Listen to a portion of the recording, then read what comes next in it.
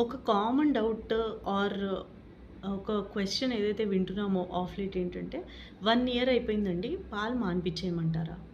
So, అది డాక్టర్‌ని గాని, ఇంకొకరిని గాని ఆ క్వెషన్ అడిగే ముందు అసలు దేవుడు తల్లులకు పాలు ఎందుకు పెట్టుంటాడు? ఆర్ ఎందుకు ఇచ్చుంటాడు? పిల్లలకి అవసరమనే గదా! సో, మీకు పాలు వస్తున్నాయంటే దాని అర్థం ఏంటి? మీ పిల్లోడికి అది అవసరమనే. So, as long as even 2 years, 3 years వరకు కూడా. ఇన్‌ఫాక్ట్ 4 ఇయర్స్ వరకు ఇచ్చినా దాంట్లో పెద్ద తప్పేం లేదు. కాకపోతే కొంతమంది పిల్లలు చాలా క్లింగీగా అయిపోయి ఉంటారు కాబట్టి అట్‌లీస్ట్ మనం ఒక కట్ ఆఫ్‌లో రఫ్‌గా 3 ఇయర్స్ వరకనైతే పెట్టుకోవచ్చు డెఫినెట్‌గా. 3 ఇయర్స్ వరకు అస్సలు తల్లిపాలు మీరు ఆపాల్సిన అవసరమే లేదు. ఇన్‌ఫాక్ట్ వాళ్ళు రీజనబుల్ అమౌంట్‌లో ఫుడ్ తిన్న పిల్లలైతే అప్పుడప్పుడు 4 ఇయర్స్ వరకు వాళ్ళు తాగినా పర్వాలేదు. మీకు పాలు వస్తున్నాయి అంటేనే అర్థం ఏంటంటే నేచర్ మీకు చెప్తుంది మీ పిల్లోడికి ఇవి అవసరము అని.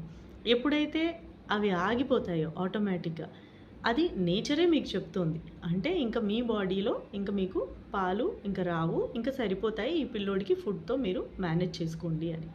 సో, చాలా సార్లు సమాధానం మీకు సింపుల్ లాజిక్ ఆర్ మన ఓన్ కామన్ సెన్స్‌ని మనం క్వెషన్ చేసుకుంటే, అసలు ఇవి దేవుడు మనకిచ్చాడు అంటే దీనికి ఒక రీజన్ ఉంటుంది గదా! అని మనం అర్థం చేసుకుంటేనే మనకి చాలా సార్లు తెలుస్తుంది.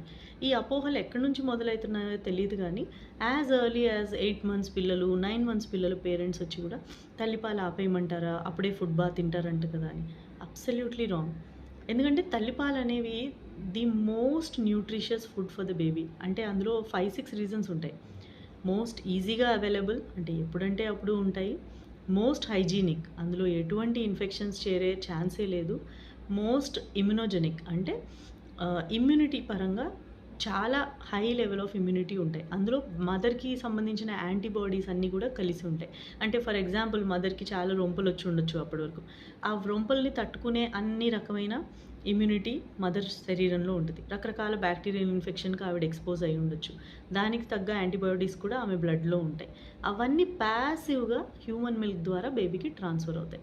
సో, ఒక రకమైన అది న్యాచురల్ వ్యాక్సిన్ లాగా మదర్ మిల్క్. అందుకనే మదర్ మిల్క్ ఉన్న పిల్లలు గట్టి ఇమ్యూనిటీతో ఉంటారు. తక్కువ ఇన్ఫెక్షన్స్ ఒస్తాయి.